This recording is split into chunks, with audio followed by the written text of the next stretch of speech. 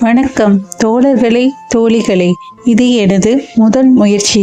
நீங்கள் எனக்கு ஆதரவு தந்து இந்த கதையின் காலத்தில் என்னுடன் சேர்ந்து பயணித்து மகிழுங்கள்.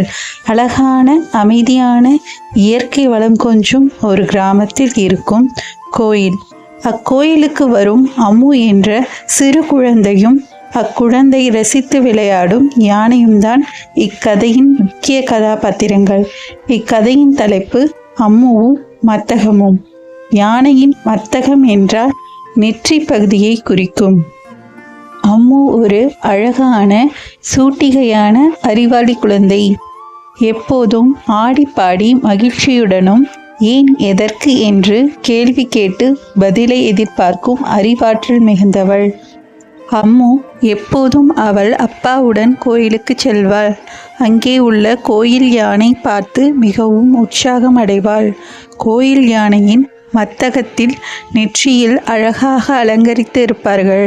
அதை பார்த்து அம்முவுக்கு ரொம்ப பிடிக்கும். அந்த யானையின் மத்தகம் அலங்காரத்தை பார்க்கவே அம்மு தினமும் கோயிலுக்கு செல்வாள். ஒரு நாள் யானைப்பாகன் யானையை அலங்காரம் செய்வதை பார்த்து கொண்டிருந்த அம்முவுக்கு அவளுக்கு அலங்காரம் செய்ய வேண்டும் என்று மிகவும் ஆசை வந்துவிட்டது. அப்பாவிடம், அப்பா அந்த யானையை நானும் பவுடர் அடித்து பொட்டு வைக்கணும் என்று கூறினாள்.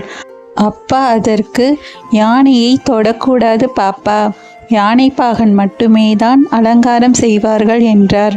அதை கேட்டு அம்மு அடம் பிடிக்க ஆரம்பித்தாள். அம்மு அழுது அழுது கண்கள் எல்லாம் சிவந்து போயிருந்தது. முகம் வீங்கி போய் இருக்கா.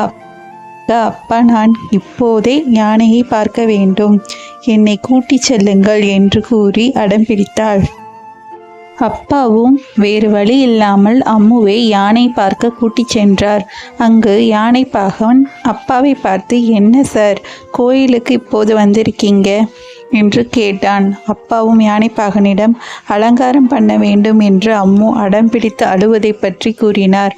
அம்மு கையில் பவுடர் டப்பாவும் பொட்டும் இருப்பதை பார்த்து யானைப்பாகன் சிரித்தார். இவர்கள் பேசுவதையெல்லாம் கவனித்து கொண்டிருந்த யானை அதுவாகவே மண்டியிட்டு கீழே உட்கார்ந்து அலங்காரம் பண்ண அதன் மத்தகத்தை அம்முவிடம் காட்டியது. இதை பார்த்த யானை பாகனும் அப்பாவும் மிகவும் ஆச்சரியப்பட்டனர்.